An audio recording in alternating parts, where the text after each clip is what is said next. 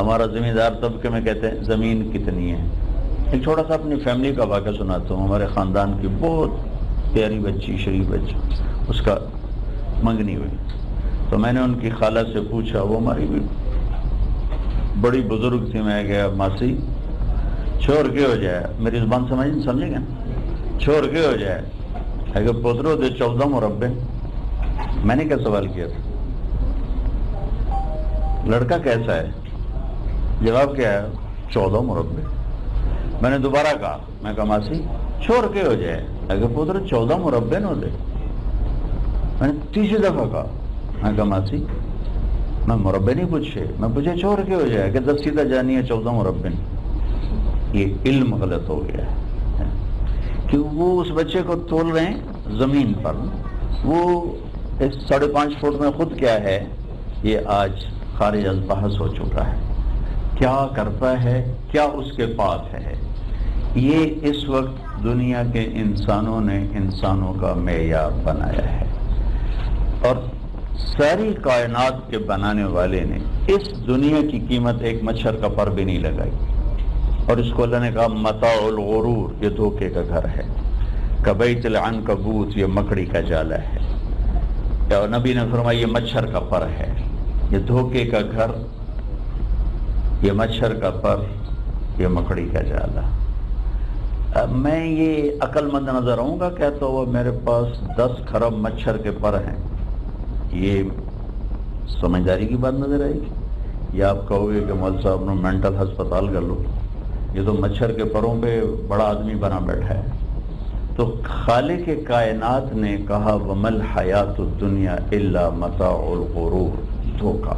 خالق کائنات نے کہا سَرَابٍ بِقِيَّةٍ يَحْسَبُهُ الظَّمْآنُ مَاءً حَتَّى إِذَا جَاءَهُ لَمْ يَجِدْهُ شَيْئًا، کہ یہ ریت کا پانی ہے جسے تمہیں دور سے پانی نظر آتا ہے، ریت میں ہوتا کچھ بھی نہیں، قریب جاؤ تو وہ کچھ بھی نہیں ہوتا.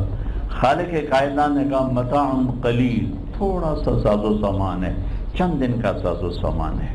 اب اس پر پوری دنیا کے مرد عورت انسانوں کو تول رہے ہیں. رشتوں کو اسی پر تولا جا رہا ہے، انسانوں کو اسی پر تولا جا رہا ہے، ان کی حیثیتیں اسی پر قائم کی جا رہی. ایک شخص گزرے، اللہ کے نبی تشریف فرمائے. یہ کیسا آدمی ہے؟ آپ نے پوچھا کہ یہ حری ان خطب ان ينکح ان شفع ان یشفع. جی یہ تو بڑا سردار آدمی، جہاں نکاح کا پیغام بھیجے گا اگلے خوش ہو کر رشتہ دیں گے، جہاں یہ شفاعت کرے گا فوراً اس کی سفارش منظور کی جائے گی. چکو. ایک اور آدمی گزرا، یہ کیسا ہے؟ کہ جی حری ان خطب اللہ ينکح ان شفع اللہ یشفع. اس کو تو یا رسول اللہ کوئی رشتہ نہیں دے گا، اس کی کوئی سفارش قبول نہیں ہوگی. تو آپ نے فرمایا ھذا خیر من ملء الارض مثل ھذا. وہ جو پہلا آدمی گزرا ہے اس سے پوری دنیا بھر جائے تو یہ اکیلا ان پر بھاری ہے. یہ جو تم کہہ رہے ہو اسے کوئی رشتہ نہیں دے گا، اس کی کوئی سفارش قبول نہیں کرے گا، یہ ان سب پر اکیلا بھاری ہے اگر پوری دنیا اس سے بھر دی جائے. تو اس وقت کے انسان کا علم انتہائی غلط ہو چکا ہے کہ اس مٹ جانے والی متاع پر انسانوں کو تولا جا رہا ہے. انسان اپنی ذات میں قیمتی ہے اور ذات میں اس کے اندر تباہی اور گندگی ہے. یہ اپنی ذات سے قیمتی بنتا ہے اور ذات سے بے قیمت بنتا ہے. اپنی ذات میں ہی کامیاب ہے، اپنی ذات میں ہی ناکام ہے. باقی صاحب میرے اوپر مولانا کا خول ہے، افضل صاحب پر ڈاکٹر صاحب کا خول ہے، کسی پر تاجر کا خول ہے، کسی پر کوئی خول ہے، لیکن اس شلوار کرتے کے اندر جو وجود ہے اس کی قیمت ہے. یہاں 300 ریال کی گھڑی ہے، یہ باندھ دو، یا 35 لاکھ کی گھڑی، 50 لاکھ کی گھڑیاں لوگ باندھ کے پھر رہے ہیں. انگلینڈ میں ایک آدمی کا موبائل دیکھا، 70,000 پاؤنڈ کا موبائل ہے. وہ اتنا چھوٹا آدمی ہے کہ اپنے آپ کو بڑا کرنے کے لیے موبائل کا محتاج. تو لوگ اتنے چھوٹے ہو گئے ہیں کہ اپنے آپ کو بڑا کرنے کے لیے وہ 50 لاکھ کی گھڑی کے محتاج ہیں، وہ پراڈو کے محتاج ہیں، وہ BMW کے محتاج ہیں. بیگمات اتنی چھوٹی ہو گئی ہیں کہ وہ اپنے آپ کو بڑا کرنے کے لیے برانڈڈ پرس کی محتاج ہیں.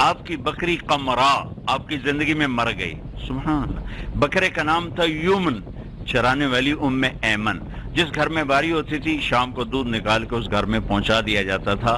ان بکریوں کے نام معلوم نہ ہو تو شریعت میں کون سا ہمارے نقصان آ جائے گا۔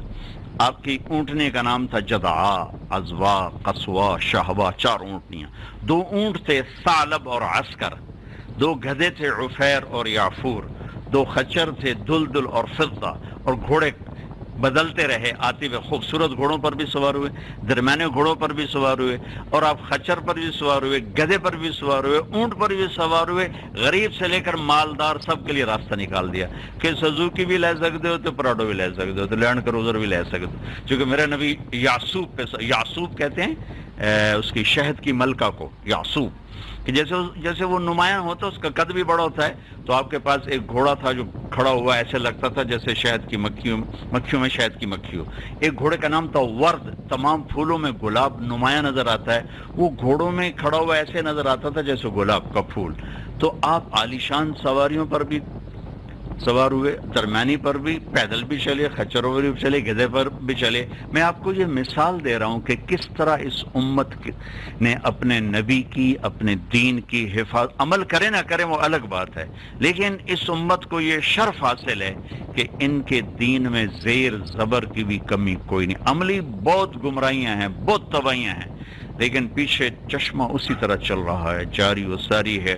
آپ کی زندگی کی پیدائش سے لے کر وفات تک ایک ایک چیز کو محدثین نے، صحابہ نے ہم تک پہنچایا۔ ہمارے استاد محترم نے 1980 میں جب ہم نے ان سے حدیث پڑھی تو میں کھجور کھلائی اور پانی پلایا، پھر حدیث سنائی، اور اس کا سلسلہ پیچھے جوڑا کہ اللہ کے نبی نے علی حضرت رضی اللہ تعالیٰ عنہ کو بات فرمانے سے پہلے کھجور کھلائی اور پانی پلایا، اور پھر بات فرمائی۔ حضرت علی نے اپنے بیٹے حضرت حسن سے بات کرنے سے پہلے کھجور کھلائی، پانی پلایا، پھر وہ حدیث سنائی۔ حضرت حسن نے اپنے بیٹے عبداللہ سے وہ حدیث سنانے سے پہلے کھجور کھلائی، پانی پلایا اور حدیث سنائی۔ انہوں نے اپنے شاگردوں کے ساتھ یہی کیا، انہوں نے اپنے شاگردوں کے ساتھ، یہاں تک کہ میرے استاد نے میرے ساتھ یہ کیا، میں نے اپنے شاگردوں کے ساتھ یہ کیا کہ پہلے انہیں کھجور کھلائی، پانی پلایا، حدیث سنائی۔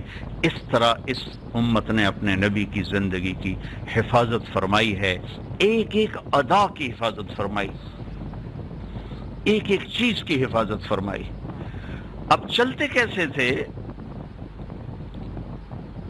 یقفو تکفیاً، اب تھوڑا کندھے جھکا کے چلتے تھے اور قدم چھوٹا اٹھاتے تھے، چال میں تیزی ہوتی تھی۔ آپ کا حلیہ مبارک کیسا تھا؟ یتلألؤ وجہہ تلألؤ القمر لیلۃ البدر، 14ویں رات کی طرح چمکتا ہوا تھا۔ آپ کے سر کیسا تھا؟ عظیم الہامہ، بڑا سر۔ بال کیسے تھے؟ شدید و سواد الشعر، سیاہ بال۔ ماتھا کیسا تھا؟ واسع الجبین، کشادہ۔ بھویں کیسی تھی؟ ازج، گول کمان کی طرح۔ آنکھیں کیسی تھی؟ ادعج، انجل، ابرج، اہدب، احور، اکحل۔ یہ ساری آپ کی آنکھوں کی صفات ہیں کہ ان 7 لفظوں کا مطلب ہے کہ اللہ نے کائنات میں ایسی کوئی آنکھ بنائی ہی نہیں تھی، ایسی حسین آنکھ اللہ نے اپنے نبی کو عطا فرمائی تھی۔ 7 لفظوں کا ایک ترجمہ کر کے دے دیا ہے کہ اللہ نے آدم سے لے کر آخر انسان تک، مرد عورت کسی کو ایسی آنکھ نہیں دی جو اللہ نے اپنے حبیب کو عطا فرمائی۔ اور آپ کے دیکھنے کا انداز کیا تھا؟ یہ تھا، کبھی ایسے آنکھ اٹھا کے نہیں دیکھا، مردوں کو بھی آنکھ اٹھا کے نہیں دیکھتے تھے، شرم سے ایسے دیکھتے تھے۔ کبھی کبھی ایسے آنکھ اٹھاتے تھے تو سارے مجمع پہ ایسا روب چھاتا تھا، کبھی سارے ایسے ہو جاتے تھے، کوئی آپ کے چہرے پہ نظر نہیں ڈال سکتا تھا سوائے 2 آدمیوں کے، ایک ابو بکر اور ایک عمر، باقی سب ایسے بیٹھے ہوتے تھے۔ وہ آپ کو دیکھ کے مسکراتے، آپ ان کو دیکھ کر مسکراتے، باقی سب کی نظریں پست ہو جاتی۔ تو یہ آپ کے دیکھنے کا انداز تھا۔ شرم و حیا کی وجہ سے آنکھ بھر کے آپ کسی کو نہیں دیکھتے تھے، اور کبھی دیکھتے تو اگلوں کو دیکھنے کی جرت نہیں ہوتی تھی، اتنا چہرے پہ جلال اور آنکھوں سے نور۔ دانت اتنے خوبصورت تھے، جب مسکراتے تھے تو دیواروں پہ پڑتا ہوا نور دانتوں کا دکھائی دیتا تھا۔ گردن سراہی دار۔ ایک اماں تھی سفر ہجرت میں، اس نے آپ کا حلیہ بیان کیا، ایسے موتی پروئے کہ آج تک علماء تھک رہے ہیں اس کا ترجمہ کرتے ہوئے۔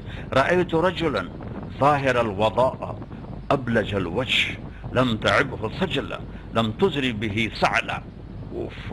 الفاظ کا ردم سمجھ میں آ رہا ہے؟ اب ترجمہ چھوڑو، ردم سنو. رأيت رجلا ظاهر الوضاء أبلج الوجه حسن الخلق لم تعبه ثجلا لم تزري به سعلا وصيم قصيم أزج أقرا في عينيه تعج في صوته سحل في لحيته كثافة في عنقه سطع ان تکلم علاه البہا وان سکت علاه الوقار. ردم سمجھ میں؟ الفاظ کیسے بہتا ہوا پانی، گرتی ہوئی بارش، گنگناتا ہوا پانی، ایسے خوبصورت الفاظ. آج تک علماء تھک رہے ہیں کہ ترجمہ کیسے کریں. میں نے ایک نوجوان دیکھا اپنے خامند کو بتا رہی کہ مجھے لگا جیسے 14ویں رات کا چاند کپڑے پہن کے زمین پر اتر آیا. مجھے لگا جیسے 14ویں کا چاند ہی زمین پر آ گیا. ایک دفعہ جابر بن سمرہ رضی اللہ تعالیٰ عنہ فرماتے ہیں کہ ہم مسجد نبوی میں بیٹھے تھے اور اوپر 14ویں کا چاند تھا اور نیچے آپ صحن میں تھے. آپ نے سرخ دھاری دار چادر اوڑی ہوئی تھی، دھاری دار، ایک دھاگا سرخ ایک سیاہ. تو کہتے میں کبھی ایسے چاند کو دیکھتا، پھر کبھی میں آپ کو دیکھتا تو مجھے آپ کا چہرہ چاند سے زیادہ حسین نظر آتا تھا، زیادہ چمکتا ہوا نظر آتا تھا.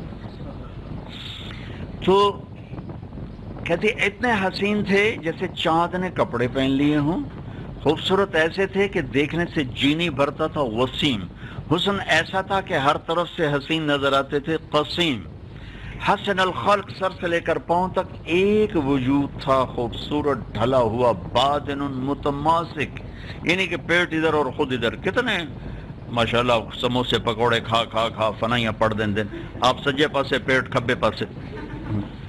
تو میرے نبی ایسے برابر پیٹ اور سینہ، خوبصورت، انور المتجرد، ہاتھ اور پاؤں کرتے سے باہر تو وہ ایسے چمکتے تھے، روشن ہو کر چمکتے تھے. جب وہ بولتے ہیں تو آپ پہ وقار چھاتا ہے، جب خاموش ہوتے ہیں تو جب آپ بولتے ہیں تو آپ پہ نور چھاتا ہے، جب آپ بولتے ہیں تو آپ پہ وقار چھاتا ہے، جب مسکراتے ہیں تو دانتوں سے نور نکلتا دکھائی دیتا ہے. یہ اگر ہمیں ہمارے نبی کا حلیہ پتہ نہ ہوتا تو ہمیں نماز پڑھنے سے تو کوئی چیز نہیں روک رہی، حلال حرام سے تو کوئی چیز نہیں روک رہی. میں نے تھوڑا سا نمونہ دکھا ہے کہ اس امت نے کس طرح اپنے دین کو محفوظ کیا. نسب پیڑھی، ہماری پنجابی کہتے ہیں پیڑھی، کسی نبی کی چھوڑ کسی انسان کی محفوظ نہیں. جس کی محفوظ ہے آپ کی طفیل محفوظ ہے. واحد ہستی ہیں جن کا نسب عبداللہ سے آدم علیہ السلام، آپ کے تمام پشتیں اللہ تعالیٰ نے محفوظ فرما دی ہیں. محمد بن عبداللہ بن عبد المطلب بن ہاشم بن عبد مناف بن قصی بن کلاب بن مرہ بن کعب بن لبی بن غالب بن فہر بن مالک بن نضر بن کنانہ بن خزیمہ بن مدرک بن الیاس بن مضر بن نزار بن معد بن عدنان بن اود بن حمیصہ بن سلامان بن عوس بن بوز بن قموال بن ابی بن عوام بن ناشد بن حزا بن بلداس بن یدلاف بن طابق بن جاحم بن ناحش بن ماخی بن عیفی بن عبقر بن عبید بن الدعاء بن حمدان بن سنبر بن یثربی بن یحزن بن یلحن بن ارعوا بن عیلی بن زیشان بن عیسر بن قنات بن ایہام بن مقصر بن ناحد بن زار بن سمی بن مزی بن عوض بن عرام بن قیدار بن اسماعیل بن ابراہیم بن آذر بن ناحور بن سروج بن رعو بن فائج بن عابر بن ارفخشاد بن سام بن نوح بن لامک بن متوشال بن ادریس بن یرد بن ملحل ایل بن قینان بن آنوش بن شیس و بن آدم علیہ السلام. دیکھو ہر مسلمان مرد یا عورت اس کے دل میں اللہ رسول کی محبت کی چپ پڑی ہوئی ہے. جس دن ایکٹیویٹ ہوگی نہ عجائب و غرائب نظر آئیں گے. اس لیے کبھی کسی کو حقیر نہ جاننا، کسی کو ذلیل نہ سمجھنا. جو لوگ تھوڑا سا دین پہ چلتے ہیں ان کے اندر نیکی کا تکبر آ جاتا ہے. وہ دین سے دور لوگوں، مردوں یا عورتوں نے حقیر سمجھتے ہیں. جو لوگ اپنے آپ کو ہم دنیا دار ہیں وہ ہر باؤنڈری کراس کر چکے ہیں. اور یہ ہم تو دنیا دار لوگ ہیں. ارے جھوٹ کیوں بول رہے ہو؟ دنیا دار لوگ ہیں. شراب کیوں پی رہے ہو؟ دنیا دار لوگ ہیں. سود کیوں کھا رہے ہو؟ دنیا دار لوگ ہیں. وہ اپنے آپ کو دنیا دار کہہ کر ہر پابندی کو توڑ چکے ہیں اور دیندار اپنے آپ کو سمجھ کر خوفناک قسم کے تکبر کا شکار ہو چکے ہیں. تو میرے اللہ کو نہ یہ آزادی پسند ہے نہ یہ تکبر پسند ہے. وَكَانَ بَيْنَ ذَلِكَ قَوَامًا. تو میں واقعی سنا رہا تھا کہ میری جماعت تھی گھوٹ کی، تو گھوٹ کی قریب کچا علاقہ ہے دریا سندھ جہاں سارے ڈاکو رہتے ہیں، جن کے 50 لاکھ سروں کی قیمت ہے، ایسے ڈاکو۔ تو ایک ڈاکوؤں کا سردار وہ بیان میں آیا ہوا تھا رات کو۔ اگلے دن میں بیٹھا تھا ناشتے پر، تو لوگوں نے کہا جی وہ ڈاکوؤں کا سردار آپ سے ملنے آئے۔ میں نے کہا میرے کو تو پیسے کوئی نہیں، میرے کو کی لینا، کیونکہ وہ رات کو بیان میں آیا ہوا تھا۔ اچھا بھائی آ جائے۔ وہ آیا، اس کی اتنی دہشت تھی، ہوئے توبہ توبہ، آ کے بیٹھا، کہنا سائیں تساں جو نبی دا پیڑھی سنائیو، وہ ساتھ ہی رونا شروع کر دی۔ سبحان اللہ، صرف نسب نامہ سن کے وہ توبہ کر کے، ساری زندگی کے لیے 50 لاکھ سر کی قیمت تھی، چھوڑ گیا، توبہ کر گیا۔ وہ ایسا اس کے آنسو، سائیں تساں جو سندھی میں کہنے لگا، تساں جو نبی دا پیڑھی سنائیو، سبحان اللہ، اور ساتھ ہی اس کے آنسو۔ اس امت نے اپنے دین کی حفاظت کی ہے، اور انسانیت کی معراج محمد مصطفیٰ صلی اللہ علیہ وسلم ہے۔ ان کے آگے انسانیت کی ختم، آخری باؤنڈری پر اللہ کے بعد آپ کی ذات کھڑی ہوئی ہے۔ اور میرے اللہ نے ہمیں کہا اگر تم انسان بننا چاہتے ہو تو پیسے پہ نہ تولو، میرے نبی کی زندگی پر تولو۔ لقد کان لکم فی رسول اللہ اسوۃ حسنہ۔ اتنی سارا قرآن خوبصورت ہے، لیکن بہت خوبصورت آیت ہے۔ اللہ ہمیں یہ کہنا چاہتے تھے کہ میرے نبی کی زندگی ہے تمہارے لیے مکمل نمونہ، اور کوئی کامل نہیں ہے، کامل صرف اللہ کے نبی ہیں۔ باقی کوئی 99 نمبر پر ہے، کوئی 98، کوئی 97، کوئی 96، کوئی 33 پر بھی کوئی فیل بھی ہے۔ کامل نمونہ ہے اللہ کے نبی، لیکن اللہ نے کامل کا لفظ استعمال نہیں فرمایا۔ اللہ نے لفظ استعمال کیا ہے میرے نبی تمہارے لیے انتہائی خوبصورت نمونہ ہے۔ خوبصورت کا لفظ استعمال، خوبصورت کا لفظ کیوں استعمال کیا ہے کہ خوبصورتی کسی دلیل کی محتاج نہیں ہوتی۔ وہ حسن آواز میں ہو، گفتار میں ہو، کلام میں ہو، شکل میں ہو، عمارت میں ہو، لباس میں ہو، منظر میں ہو، جہاں حسن ہوگا بلا دلیل آپ کے دل کے اندر اتر جائے گا۔ تو میرے اللہ کہہ رہے ہیں کہ کسی نہ کسی کو تو آئیڈیل بنا کے چلو گے، تو تمہارے لیے سب سے حسین آئیڈیل اور خوبصورت زندگی میرے نبی ہیں۔ اب ان کے پیچھے چلو گے تو اللہ تمہیں اپنا محبوب بنا لے گا۔ اس کی زندگی کو اپناتے جاؤ گے تو اللہ کے محبوب بنتے جاؤ گے۔ فلا وربک لا یؤمنون حتی یحکموک فیما شجر بینہم ثم لا یجدوا فی انفسہم حرجا مما قضیت ویسلموا تسلیما۔ میرے محبوب آپ کے رب کی قسم، قرآن نے نا قسمیں اٹھائی ہیں، تو یہ قرآن کی سب سے طاقتور قسم ہے۔ مختلف جگہ پر قرآن نے قسمیں اٹھائیں، یہ قرآن کی سب سے طاقتور قسم ہے اور سب سے خوبصورت قسم ہے کہ مجھے آپ کے رب کی قسم۔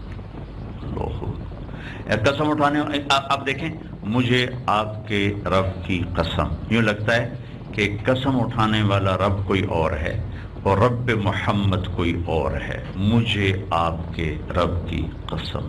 عربی میں جب محبت اپنے کمال پر پہنچتی ہے تو اس کو یوں تعبیر کیا جاتا ہے، غیر بن کے قسم اٹھائی جاتی، مجھے آپ کے رب کی قسم۔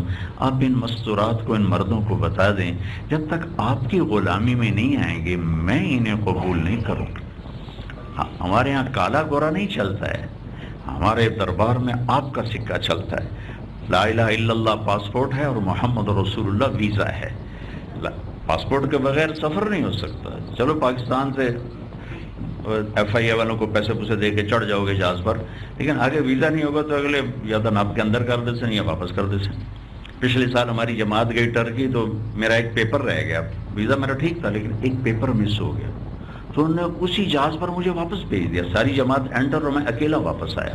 ایک چھوٹے سے ملک نے ایک پیپر کے کم ہونے پر واپس کر دیا۔ جنت میرے رب کا مہمان خانہ ہے، وہاں محمدی ویزا پرکھا جائے گا، ہوگا تو انٹری ہوگی، نہیں ہوگی۔ لا الہ الا اللہ اندر کی چیز ہے اور محمد رسول اللہ باہر کی چیز ہے۔ لا الہ الا اللہ کو بتانا پڑے کا دلائل کے ساتھ محمد رسول اللہ چھپانا بھی چاہو تو نہیں چھپا سکتے، لا الہ الا اللہ بتانا بھی چاہو تو 100 اعتراض ہو سکتے ہیں، محمد رسول اللہ کو چھپانا بھی چاہو تو کوئی چھپا نہیں سکتے۔ کیسے چھپ سکتے ہیں؟ ایک زندگی ہے، ایک کردار ہے، ایک صورت ہے، ایک سیرت ہے۔ لا الہ الا اللہ جڑ کی طرح ہے اور محمد رسول اللہ درخت کی طرح ہے۔ لا الہ الا اللہ اندر جاتا ہے، محمد رسول اللہ باہر آتا ہے۔ جتنا لا الہ الا اللہ اندر اترتا ہے اتنا محمد رسول اللہ طاقت کے ساتھ باہر آتا ہے۔ اس خوبصورت زندگی نے جہاں ڈیرے ڈال دیے وہ قیمتی بن گیا، مرد ہے یا عورت، کالا ہے یا گور۔ ابو لہب چاچا ہے، قرآن نے کہا تبت یدا ابی لہب وتب۔ بلال غلام حبشی ہیں اور غلام کے بیٹے ہیں، ان کے دادے کا نام آج تک مجھے کسی کتاب میں نہیں ملا، بلال بن رباح بن آگے کون، دادا کون ہے کسی کتاب میں نہیں ملا، لیکن میرے نبی نے فرمایا جب میں جنت میں جاؤں گا، جنت میں جانے کا منظر کیا ہوگا؟ جب پل صراط پار کر جائیں گے ایمان والے مرد عورت تو سامنے 8 دروازے جنت کے بند ہوں گے، بند 2 چشمے ہوں گے، ایک سے پانی پیئیں گے سینے کے بغض ختم، حسد ختم، غصے ختم، پیٹ کے پیشاب ختم، پاخانے ختم، دوسرے سے وضو کریں گے چہرے تر و تازہ، کہیں گے ہم جنت کی میں جا گئے، کہیں گے چلو بابی جی نال گل کری تو یہ سورا مجمع آئے گا، حضرت آدم علیہ السلام ابا جان دادا جان مہربانی کرو اندر تا لے جاؤ، انہوں نے کہا پترو میں تا کڈن جو گاؤں اندر لے جاؤں اللہ تو کوئی اور ہی لبنا جی وَحَلْ أَخْرَجَكُمْ إِلَّا خَطِيَّةُ أَبِيكُمْ، میں نے تو نکالنے والوں میں تھا، ڈالنے والوں میں بھی نہیں ہوں، کسی اور سے بات کرو۔ یہ مجمع یوں چلے گا، آدم علیہ السلام، ادریس علیہ السلام، نوح علیہ السلام، ابراہیم علیہ السلام، اسماعیل علیہ السلام، اسحاق علیہ السلام، یعقوب علیہ السلام، یوسف علیہ السلام، یوں چلتے آ رہے ہیں چلتے آ رہے ہیں، سب انکار کر رہے ہیں یہاں تک کہ یہ عیسیٰ علیہ السلام کے پاس پہنچیں یار روح اللہ مہربانی کریں، یہ یہاں آ کر بات کھلے گی، کہیں دیکھو بھائی آج کوئی نہیں اندر لے جا سکتا، تمہیں کسی نے نہیں بتایا، میں تمہیں پتہ بتاتا ہوں، کون لے جائے گا میں بتاتا ہوں، کج بتائیں کہ جاؤ محمد الرسول، بس وہی لے جا سکتے ہیں، آج کوئی نہیں لے جا سکتا۔ اللہ نے بھلا دیا اپنے نبی کی شان ظاہر کرنے کے لیے، ورنہ اللہ پہلے ہی دلوں میں ڈال دیتے کہ دروازہ تو میرے حبیب ہی کھلوائیں گے، لیکن یوں چکر چلا کے آخر میں پہنچا ہے، یا رسول اللہ، یا حبیب اللہ، یا نبی اللہ، استفتح لنا الباب، یہ دروازہ تو کھلوائیں، تو آپ فرمائیں گے انا لہو، میں ہی کھلواؤں گا، انا لہو، میں ہی کھلواؤں گا۔ پھر آپ نے فرمایا کہ میں سب کے سامنے سجدے میں گر جاؤں گا، پھر میں اللہ کی تعریف کروں گا، پھر وہ تعریف کروں گا جو خود میرا اللہ مجھے اس وقت سکھائے گا، بھی مجھے بھی نہیں معلوم، پھر میرا اللہ کہے گا یا حبیبی یا محمد ارفع راسک سل تعطا اشفع تشفع، میرے محبوب آپ سر اٹھائیں، آپ سوال کریں ہم پورا کریں گے، آپ سفارش کریں ہم قبول کریں گے، تو یا اللہ دروازہ کھولیے، تو آپ اللہ کہیں گے تو آپ بسم اللہ کریں، آپ سے افتتاح ہوگا، پہلے وہ نہیں جا سکتا۔ تو اس کے بعد ایک سواری آئے گی اڑتی ہوئی،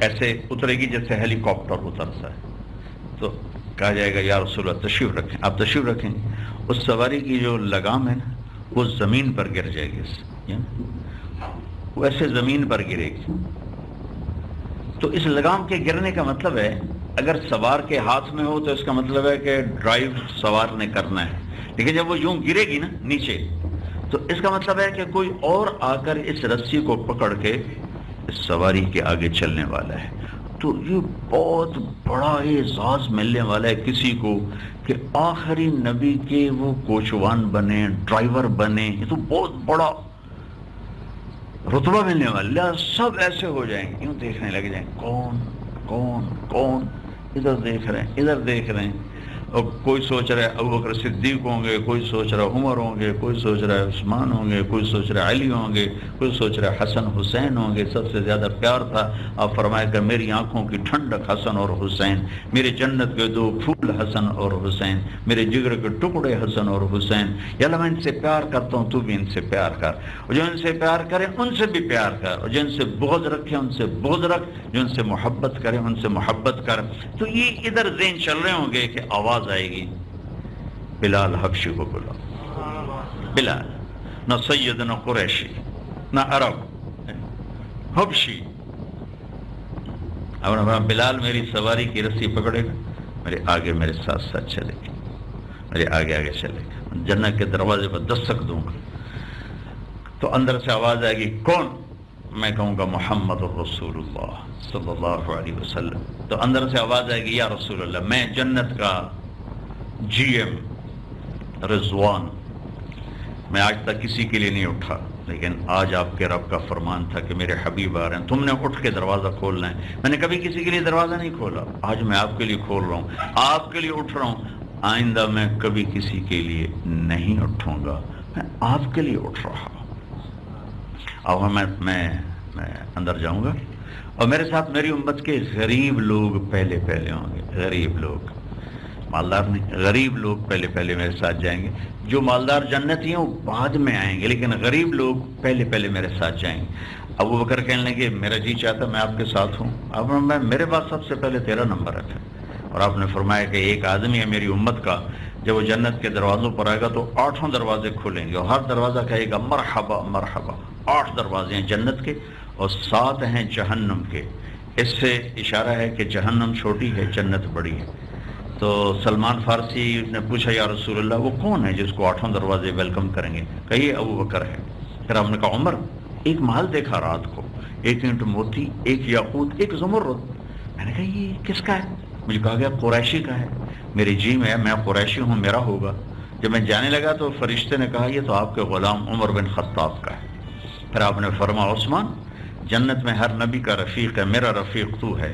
پھر آپ نے حضرت علی کیسے ہاتھ پکڑا اور یہاں قریب کر لیا، کہا علی تو خوش ہے، جنت میں تیرا گھر میرے گھر کے سامنے ہوگا۔ تو وہ رونے لگے کہ یا رسول اللہ میں خوش ہوں، میرا گھر پورا ہو گیا۔ پھر آپ نے فرمایا طلحہ زبیر، ہر نبی کے 2 ہوں گے خدمت گزار، ہر نبی کا 1 ہوگا خدمت گزار، میرے 2 خدمت گزار ہوں گے، ایک طلحہ اور ایک زبیر۔ اس شان سے میرے نبی جنت میں داخل ہوں گے۔ تو میرے نبی ایک خوبصورت زندگی لائے اور اللہ نے کہا فلا وربک، سنا دیں KKT والوں کو کہ جب تک نبی کے طریقے پر نہیں آئیں گے قبولیت کی نظر نہیں پڑے گی، نہ مرد پر نہ عورت پر۔